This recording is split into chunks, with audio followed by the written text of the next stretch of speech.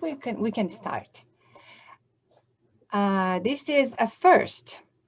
So it's the first. It's amazing. It's amazing that we're starting this new thing in the middle of everything. So this is the first Italian FAU Italian American Film Festival.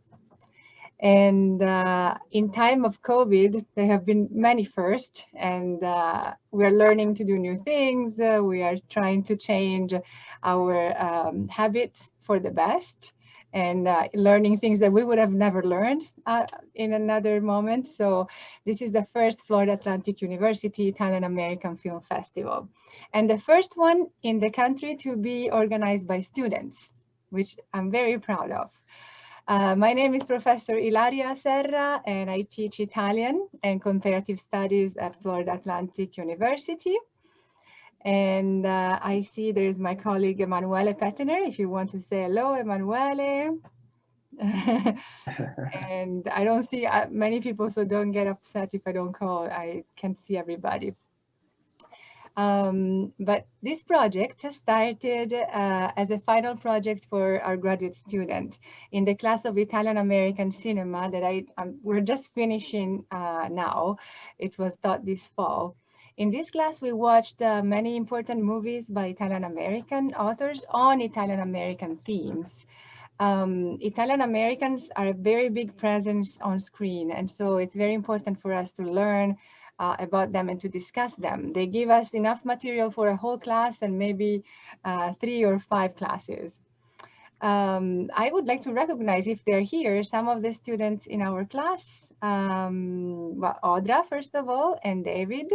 Just say hello. And then I see Alison Gant. Alison, do you want to say hello? And yeah, hello. Thank you so much for doing this. It's really great, and I can't wait to see everything. Thank you. Very good, thank you. And I see Julia Didner. Do you want to say hello, Julia? Hi. I'm very excited to see what films everyone produced. I'm just nervous, and my camera is a little bit on the fritz, so that's why it's not on. I dropped my phone. Okay, that's fine. We're glad to have you here. I'm sorry for not talking as clearly. Like I said, I'm just very nervous. It's okay. It's okay. It's fine.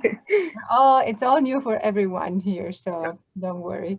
So I see Julia, I see Alison. There should be more coming in, maybe later. So you will see that. You will see them popping up on the screen, maybe.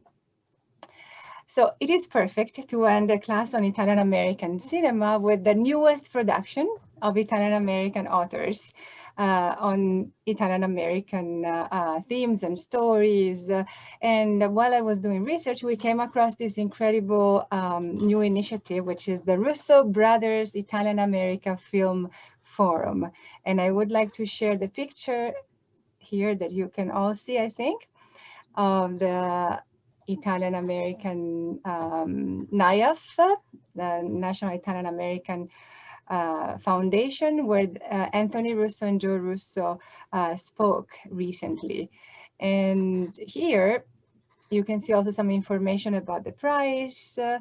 The prize gives 8 emerging filmmakers the funds to complete their projects. And that's why all the movies that we're showing in these days, these 3 days, are funded by the Russo Film Forum. These 2 filmmakers are very important. I think everybody knows them because they are filmmakers of the very popular movies like The Avengers and Captain America. And they're also active members of the Italian Sons and Daughters of America. And they have partnered with NIAF to develop this film forum. We are also honored to have the father of the Russo brother, Basil Russo, who was just elected president of the Conference of Presidents of major Italian American organization. He's with us tonight, and he will open the last evening of the event on Friday. And before we start, I want to give a word about the film festival organizers, who are our 2 master students. David Brubeck, say hello, David. He's a master student, but not a traditional one. because he is also a professor. He is a professor of music at Miami-Dade College in Kendall. He's also a professional trombonist. He plays for the Miami City Ballet Orchestra and leads the jazz group that has its name, the duo Brubeck. And he also, his compositions are known in the world. They've been performed and recorded around the world, and they're called the stereogram. So David will present tomorrow and then Friday night. Instead, then one more thing about David. He was always telling something new, interesting about the music in our Italian-American films. So it was very nice to have him in the class. And even his paper seemed musical compositions, the way he wrote them. Odra, hello. Is a more traditional student. She has a bachelor's in Italian from Florida State University and is now a master's student in comparative literature Italian at Florida Atlantic University. She's very promising and she wants to start a PhD in Italian, which I'm sure she will be accepted and I know she will go far. Last semester, she wrote a paper on poet Luciano Cecchinel, a famous Italian poet, and she was in contact with him. So that's already something very interesting that she did. And now she organized this festival with David. And Odra will introduce tonight and tomorrow.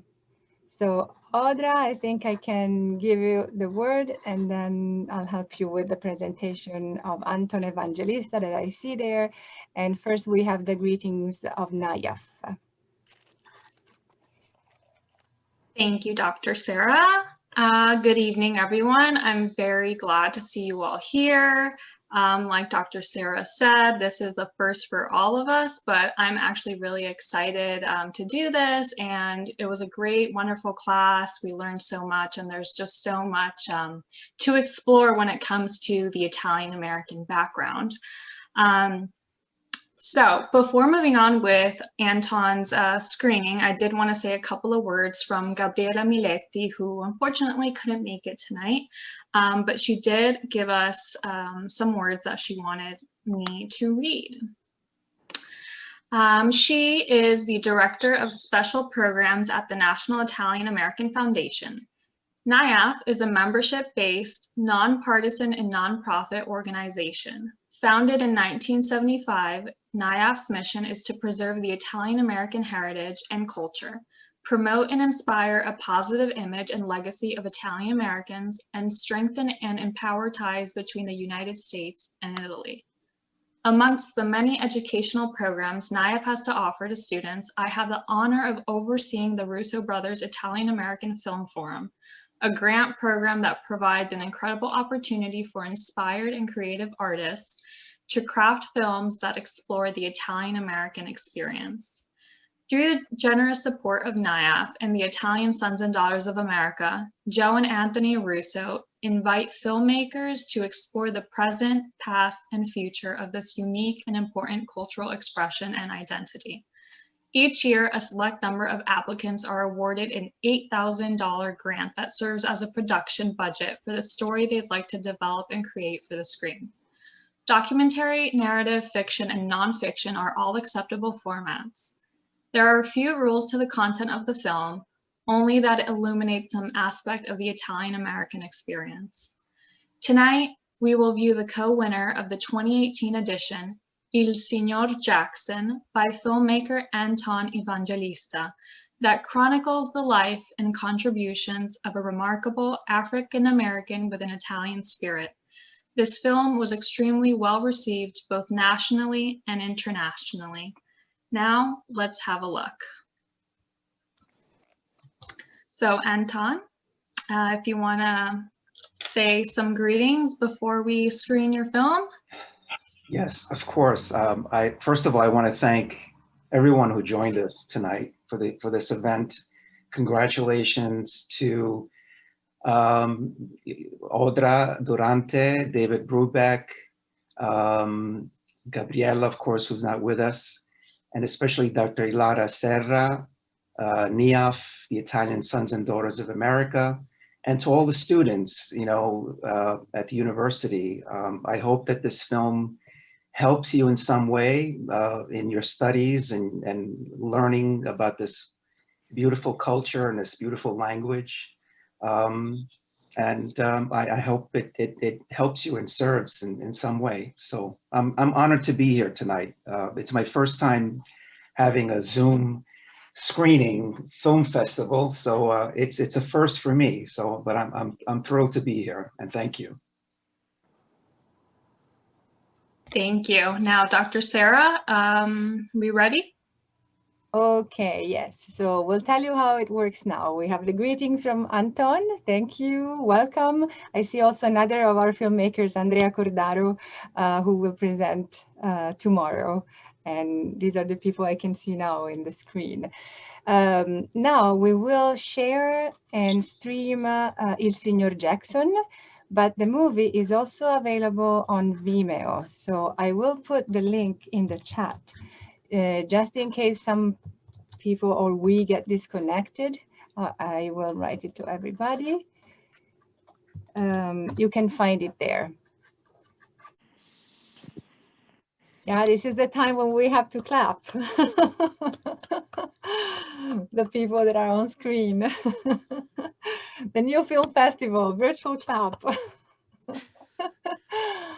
Okay, very nice. I hope everybody was able to follow it without problems. And if you have, yes, we can also clap in the chat. Oh, very nice. Anton, that was like taking a shower. I mean, with all that's going on in the world today, you do on film what people in the world of politics, whatever, can't do. They can't accomplish it. As artists, the best compliment we can have is that we make people realize there's more that makes. And you do this so beautifully and so poetically. And I'm so honored to know you and to be a Bronx brother. And you're something, man. You're really a piece of work. You know that? So we have a Bronx brother. Yes. Oh yeah. Thank you for joining us. Yeah. He lives on the block that I used to walk across all the time. Eastchester Road. Yeah. Do you know Mr. Jackson, Signor Jackson? I don't, but I hope I will one day. You will. You definitely will meet him soon. I hope so. I'd be quite honored to meet him. I was hoping he was going to join us tonight, but we've presented the film at so many screenings and festivals, and I'm very happy for him. I'm very happy that someone like Edward is acknowledged, and the light is showing on him, because he's a great example of what is possible. His life story is very inspirational. I think that his story could not be more relevant in the very divisive times that we're living in. I hope that more university students, more schools, more parents share this experience with this film, and because it all starts in the home. And just like with Eddie, it started in his own backyard. So, questions, I guess. Odra is going to conduct the... Wait. I just unmuted. We see Ilaria. Okay, so I see some questions in the chat already, but I'm going to start off the Q&A. Please. Okay, so clearly your presence is there from beginning to end, the voice of the author, the filmmaker. So it's debatable that documentaries, there's 6 different types. Some are objective, some are not objective. So in your case, in your opinion, should documentaries be objective? And in this case, is there something, an experience that you had personally that influenced the story to this film? Well, I think certainly documentaries should be objective. I don't think, we still have to tell a story. So I didn't really know Eddie that well when I began the project. I know him now, and yet I tried to give a fair presentation of him as best as I could. Because the first thing he told me when we first started, he says, I don't want this film to be like a Pollyanna of my life. I want it to be the truth.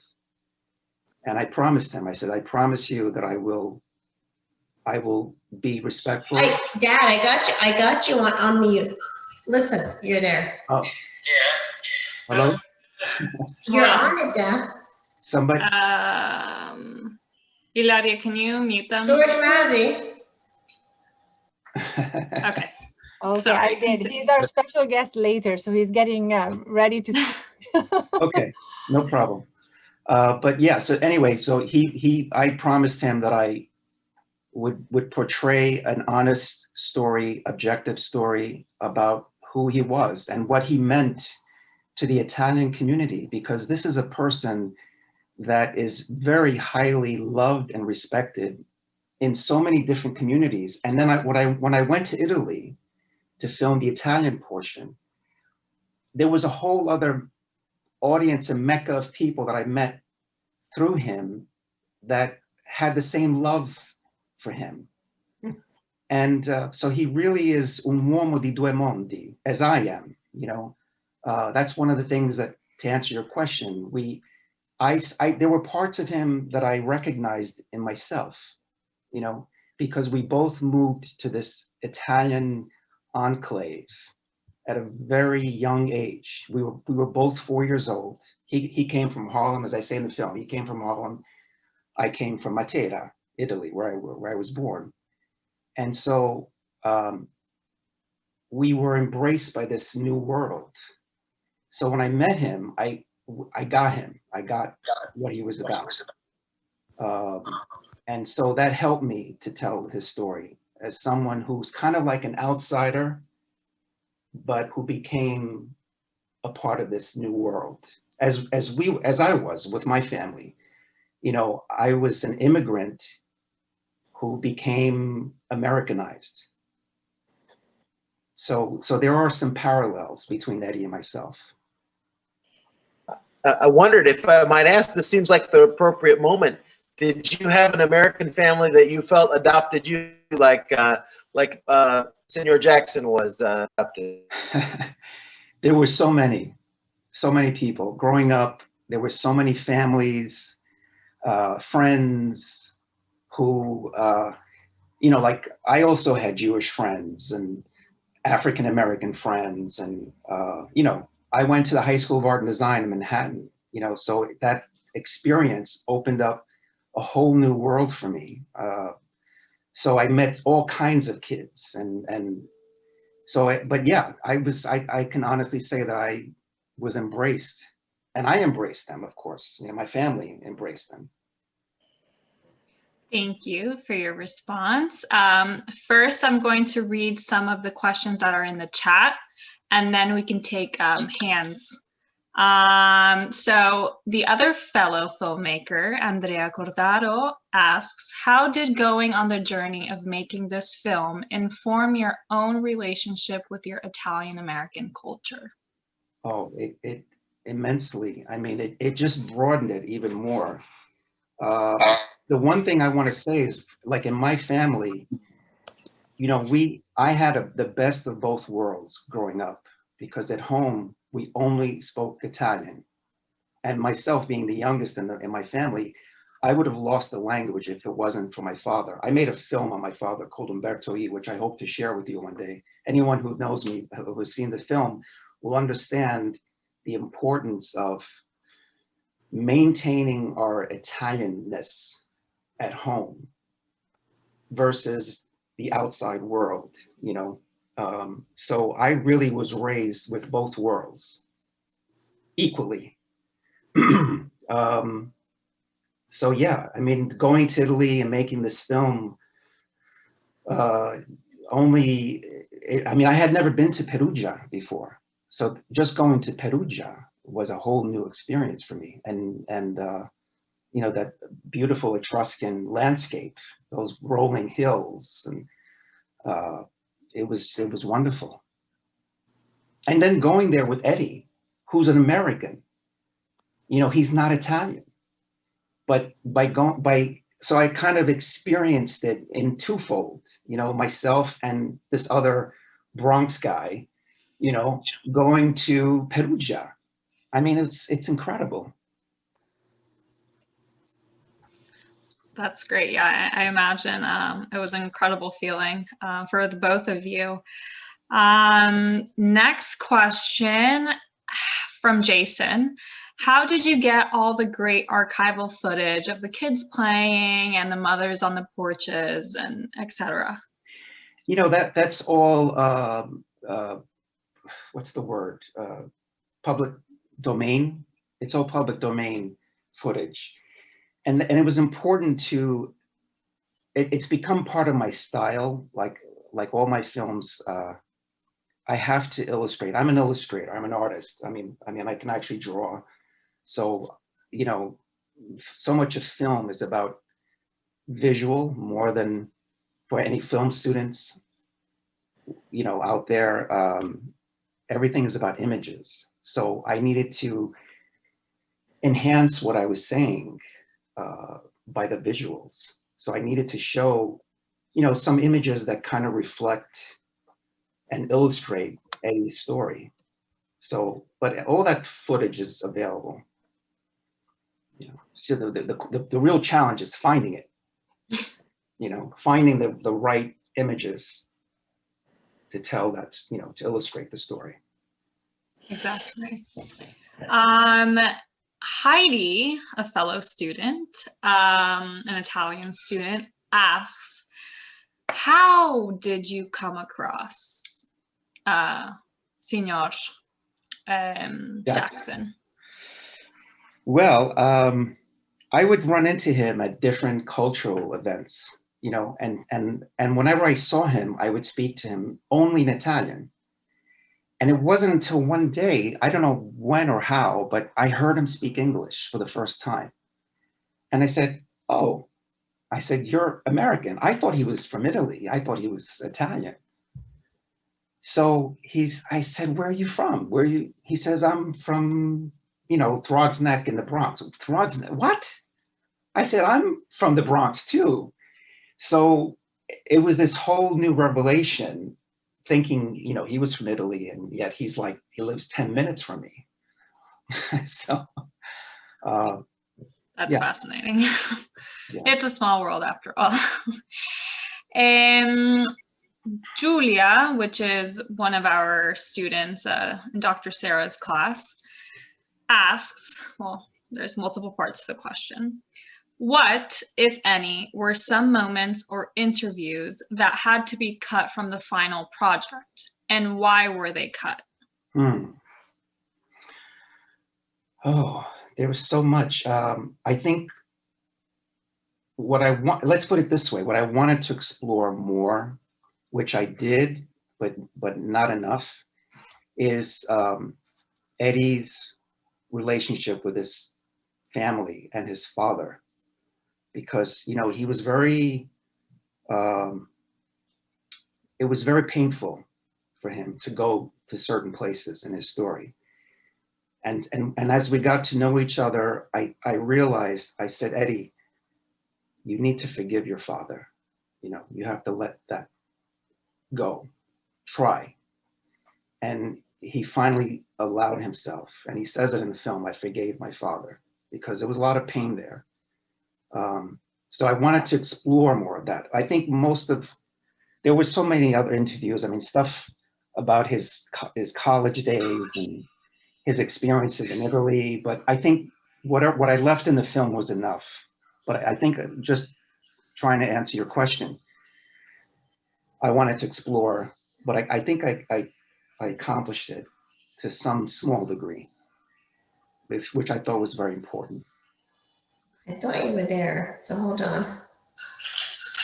Yes, no, that's George. Can I say something about that? I noticed one of the things that struck me about the movie and then his words was the difference between his father, who was in the segregated South, so only among his own people, and him instead growing up with such a diversity and Jews and Italian and going to dinner here and there and changing, and what incredible effect it has on the future. One is completely shut in and the other is blooming in two worlds. So I thought that was a very interesting hint in the movie. Yeah. Okay, Yeah. we have a few more questions, Odra, if you want to read. There is one. I see a lot of comments of everyone loving the film. Somebody is asking where, Anthony, maybe Anthony Tamburri from New York, where we can see your first documentary, Umberto E. Is that on Vimeo? I saw the trailers. It's not on Vimeo yet. I have the trailer on Vimeo, but I have my web designer who's working on creating a whole new site that will have my films, other films that I've made available. And I'll notify everyone, when it's ready. Perfect. So I'll open the floor to anyone that wants to ask any questions. Arlene, I think I saw your hand first. Yes, it was wonderful. Actually, the film connected with me on two levels. First, I grew up in the 50s, but in Brooklyn, so don't hold that against me. And the other was when Eddie was talking about his father not being there for the graduations. That was typical of the 50s style. The men were working and they weren't involved in the children's lives to that extent that they are today. And the other thing that connected to me also was the going to the candy store and playing stoop ball, But and the third thing is I feel like I've come full circle because now I really want to learn Italian. But back then, even though I was in an Italian neighborhood and my parents were first generation, so they were born here and they wanted to learn to be American. So we didn't learn the language. Right. And now I feel like I missed out on that because my family did not speak Italian. Mm-hmm. So that's a comment that I get a lot when people they ask me, I wish I grew up speaking Italian like you did. Right. And what I say to them is, Italy during the World War II was considered the language of the enemy. Yes. So a lot of parents, out of love and protection, intentionally chose not to teach them Italian to protect their children. A lot of the American boys in the war were Italian American. I don't know how many, the percentage was crazy. I forgot what it is, but so here were like these Italian American boys in Europe, and their parents were being arrested in internment camps in the United States. Yes. So what I say to people is, like yourself, if your parents did not teach you Italian, it was out of love. It was to protect you because it was considered the language of the enemy. Yes. Yeah, that helps. I was aware of that too, but that helps explain it. But yeah, I mean, I connected with the movie, so thank you. I really enjoyed it. You're welcome. Thank you. Posso fare una domanda? Prego, Pietro. Sì, io ho vissuto, I've lived in the opposite way, the Italian that comes in America to be an Americano.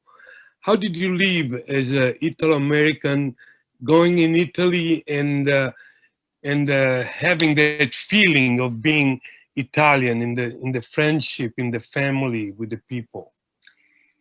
when I go to Italy, I divento italiano. I become Italian when I go to Italy. I totally integrate.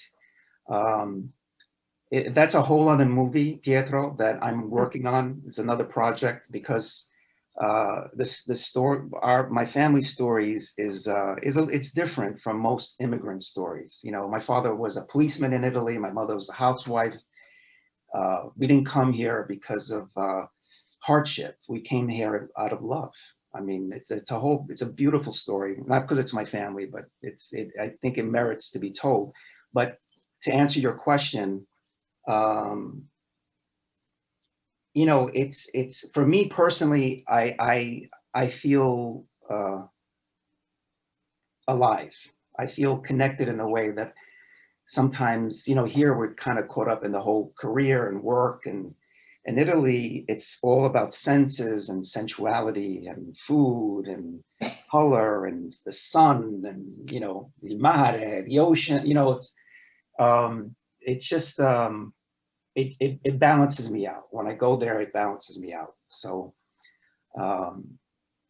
you know, it's part of the duality that I have. You know. I think we bring the best of ourselves. Gli americani, la loro apertura mentale, il loro desiderio di avventura, e gli italiani che danno lo spirito dell'amicizia, della famiglia, del buon cibo. C'è uno scambio dove ognuno dà il meglio di se stesso. Vero, completamente, hai completamente ragione. Yeah, and this is what happens to non-Italians who go to Italy and then fall in love with Italy, because Italy is it's just so unique. And with Eddie, you know, he was embraced by this community at such a young age.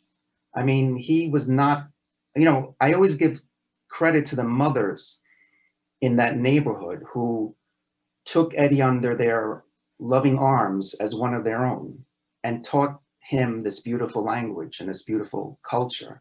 That was the impetus that led him on this journey, eventually becoming a teacher of Italian, an example of biculturalism and bilingualism. I mean, it's remarkable. Yes. So I want to go on with the questions. I saw some raised hands.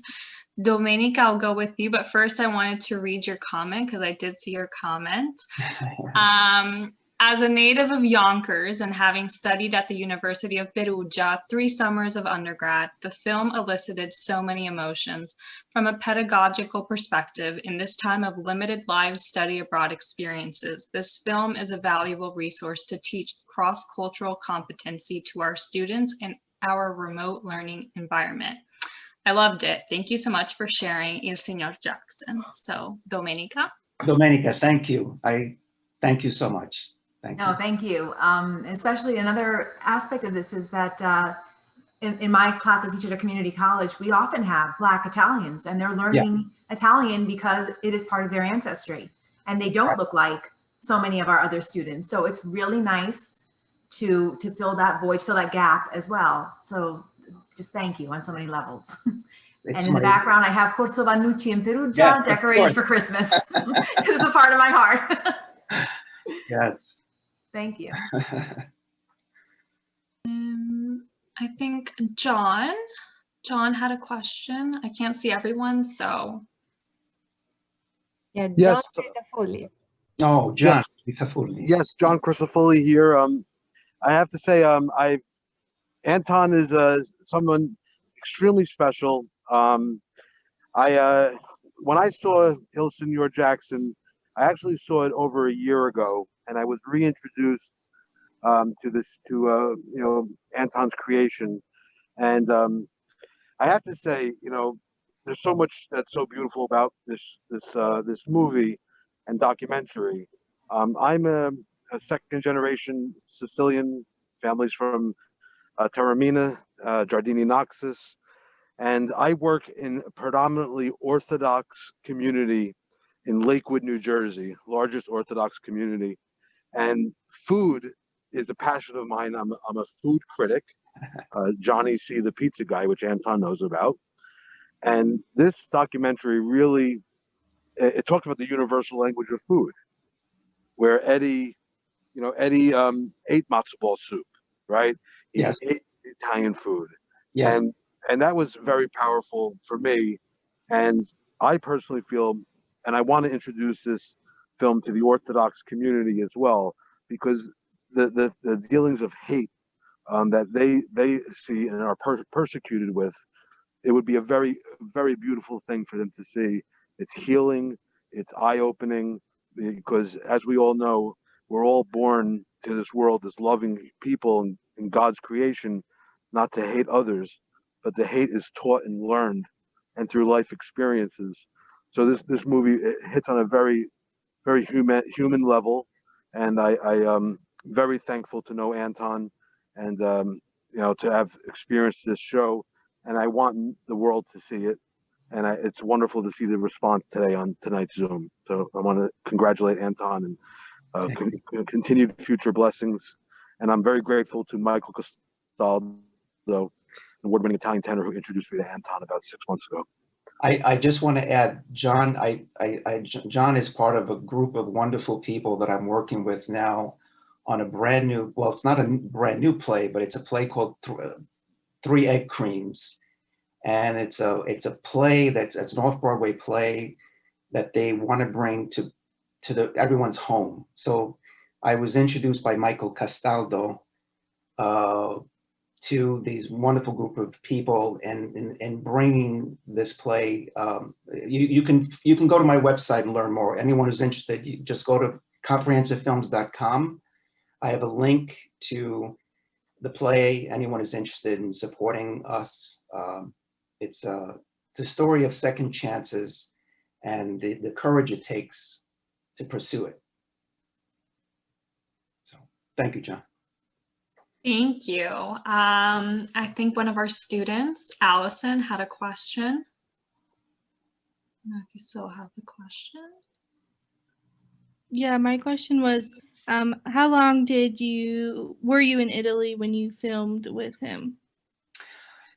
Yeah, I was only in Italy for about a week because, I was under deadline. See, what happened with me was, just to backtrack, I got an email from someone, I don't remember who it was, but they said that NIAF, the National Italian American Foundation, was introducing a brand new program called the Film Forum. And it was being spearheaded by Anthony and Joe Russo with NIAF and the Italian Sons and Daughters of America. So I said, when I got the application, I applied, and I thought, who better than Ed Jackson to make a movie of his life? So I explained, my application, the story of Ed Jackson, and I sent it in, and I kind of forgot about it. And then about 3 months later, I get a letter from Gabriella Miletti of NIAF saying, congratulations, you're one of 8 filmmakers who have been chosen to make your movie. So here's a check and go make your film. So this was around April, and the deadline was September 1st. I had to deliver a completed film by September 1st. So nobody knew about this, and including Ed. The first person I thought of was Ed Jackson. I said, I got to call Ed. And I call him up and I say, Ed, I have some news for you. And I said, I applied for this grant and I got it, and it was quiet at the end of the other end of the call. And I said, Ed, if by chance, look, if you don't want to do this, it's okay. I can notify NIAF and it's fine. So his response was, are you kidding? You're making me an offer I can't refuse. So that's how it began.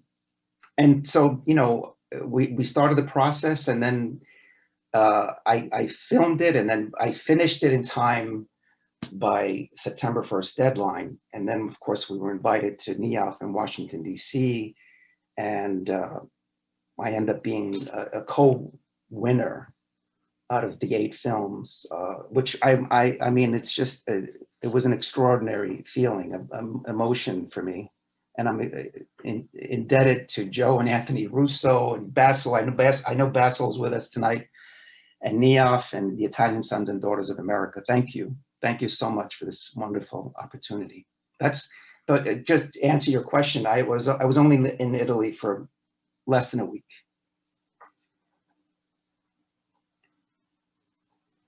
Okay, the last question for the Q&A is, everyone wants to know, where is Il Signor Jackson now? He's probably signing autographs. You know, he's a little bit of a ham, but I say that in a good way. He's a real good guy. He's a really good guy. You know, he's always running off to cultural events, dinners, the Pierre Hotel, maybe a Neof event, in his tuxedo. You know, he's the kind of person that when he walks into a room, you notice him. You just notice him. But he's just a really good person, and is a dear friend. And I'm sorry he's not with us tonight, but he probably would be speaking to all of you in Italian if he was here with us. That's right. So we have a lot of questions still, but we also want to give a little space to George, our student, our Senior Jackson, and then we have a surprise. So George, I'm not sure if you can unmute yourself on the left corner in the bottom. Click on the microphone. And then, okay, I will ask you to unmute. And Giorgio has the same experience. He is a retired dentist who always wanted to learn Italian. And his last name says it's Mazzei, Mazzei in English, or the way they pronounce it here. And since 20 years, he's been going back and forth to Urbania. So he also has an very Italian heart, even if he was born in Long Island. Giorgio, you want to tell your story shortly? I'd love to tell it. Can you hear me? Yes. Hi, Giorgio. Well, like many of you, I was born in Brooklyn. And my father was a first-generation Italian boy. His parents were from Calabria. And I never did get to see them. They were gone before I was born. Having died when my father was a young boy, 15, 17 years old, they were both gone. And his life became very difficult as a young Italian boy, trying to earn a living and support 4 brothers and 2 sisters. Wow. So around 15 or 16, he left school and he started his own business. And he continued that after he married, and well, they lost their home because he couldn't earn enough. And eventually the sisters got married off and his brothers married, but they all decided they would help their younger brother, baby Eugenio.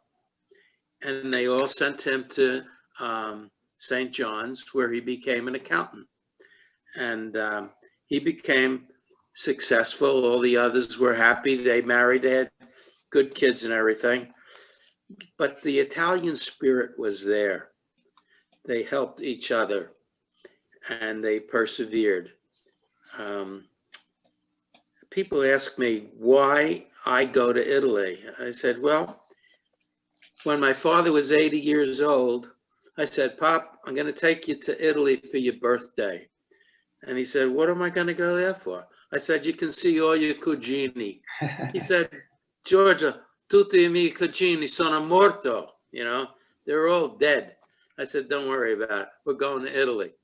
So I packed up my wife, my mother and I, and the 4 of us went to Italy.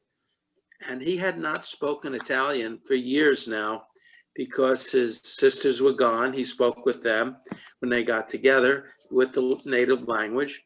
but my wife didn't speak, his mother or my mother did not speak Italian. So we never spoke Italian in our house, except my father had given me a few words that I don't want to say on this message. But I always had a love for the language. I had friends in Brooklyn on the streets that would speak Italian. They spoke with their parents in native language. On Sundays, I'd often go to their homes for an Italian dinner. It was like a feast, like a 7-course dinner.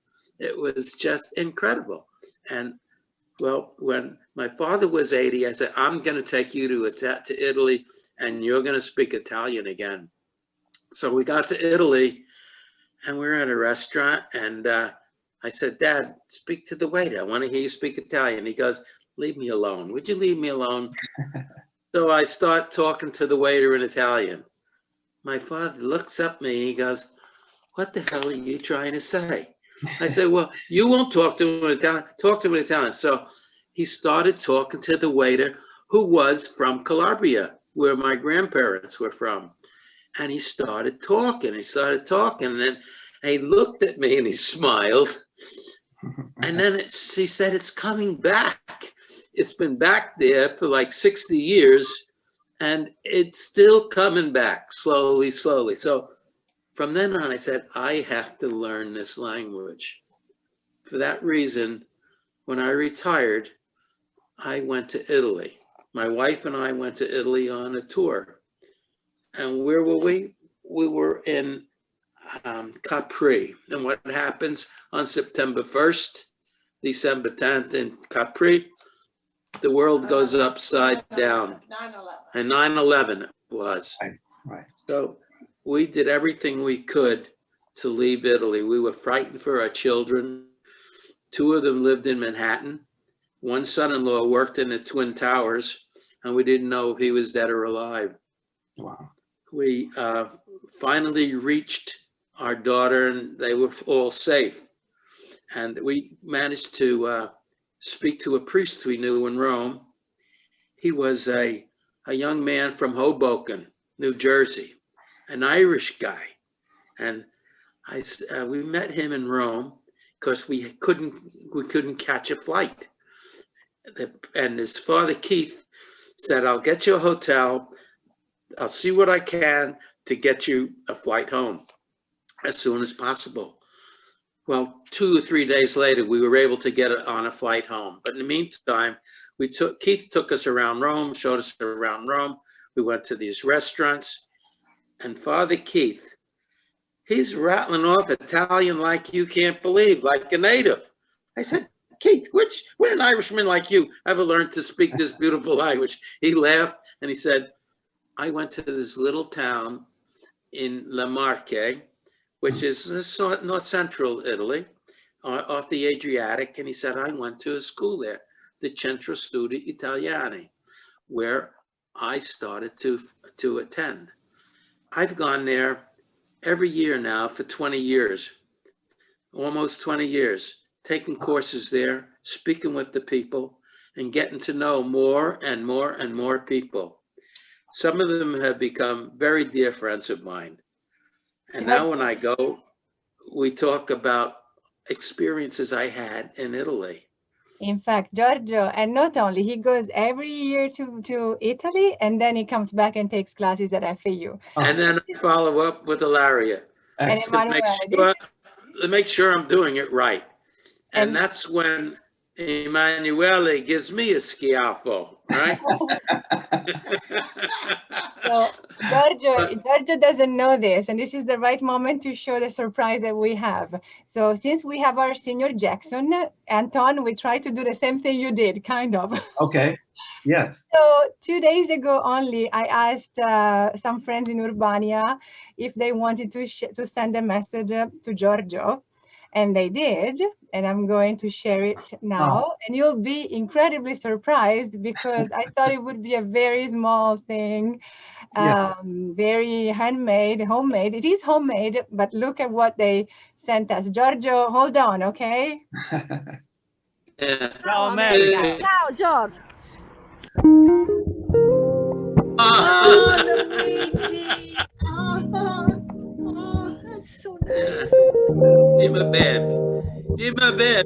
Gimalet. Abbiamo un amico, un Dai bel dialettos. uomo, che da 20 anni viene qui, a Urbania, delle Marche. Incredibile, questo è diventato il suo regno. Stiamo parlando di King George, questo è il suo castello. We have a friend, a nice man, who has been coming here for 20 years, every year. Unbelievable. Now this is his kingdom, Urbania in the Marche. This is the castle of King George Mazzei and his queen Sarasu. Now he is also the honorary mayor in the city. Ciao King George, sono nel tuo castello in Urbania, non vediamo l'ora di rivederti. Saluta tanto e dà un grosso bacio a Queen Sue. Ti vogliamo bene. Ciao, a presto. Ciao ciao. Where is George? Where is George? George, come here! Come here, George! Ciao Giorgio, quando è che torni a trovarci? Ciao Giorgio, buon Natale e speriamo di rivederci presto. Ciao Giorgio, intanto Cici. Oh my God, that's so amazing. Look at this, look at this. Stefania cooking all the pasta. Tell la queen la cucina. Oh my goodness. Oh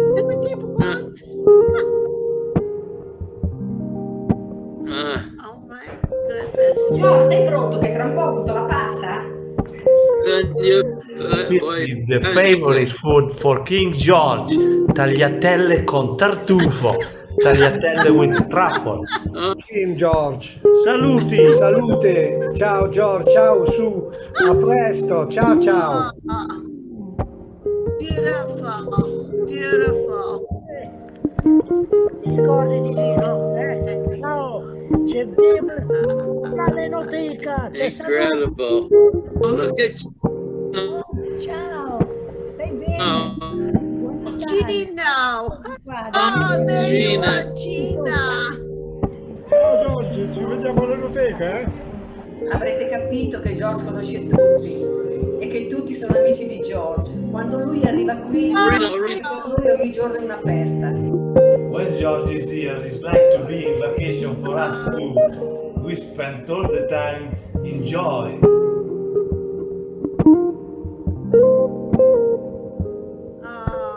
Buon Natale George, buon Natale a tutti. Arrivederci presto. Merry Christmas, Cin. Beautiful. Oh, that's wonderful.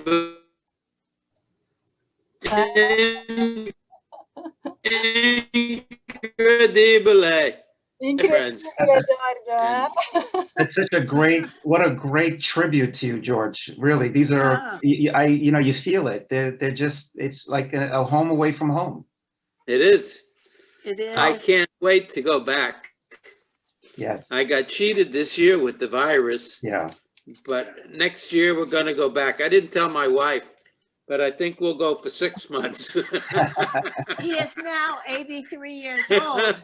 God bless you. The people there have been so kind to us, so wonderful. Everybody loves you. Everybody in there. You can walk down the street and they, Giorgio, vieni qui, prendi un caffè, qualcosa. Yes, so nice. So Very much gelato. See. Thank you, Ilaria. Ilaria, I can't thank you enough. And I am so happy that you were able to come to my kingdom and see my Urbania. Thank you so much. Thank you, everybody. Thank you so much. Grazie mille. Okay, and also in the chat, there was an interesting comment by Seth and Ellen who said that instead some Italians were learning Yiddish in their experience in New York. So this crossing is amazing, very interesting. The world has, especially now, during this terrible time, but yet the world has gotten so much smaller. it's really amazing. I mean, it's astounding. And I think it's bringing out the good in us, you know, despite everything. I think we're connecting on a much deeper level, despite, you know, the isolation. Thank you. Thank you, Anton Evangelista, for being here with us. Odra, you want to say goodbye and give the appointment to the next days? Thank you. Very nice meeting you, Anton. Thank you, everyone. Thank you. Thank you so much. Thank you so much for being here and for answering the questions and for sharing your film with us. And of course, thank you all for coming and joining us on our first night. So tomorrow will be the second evening of our film festival, where we will be showing 2 screenings. The first one from Richard Vetere, Where Are We Now? The Italian American Today. And the second film is from Andrea Cordaro and her brother. She's here, Cannoli, Traditions Around the Table.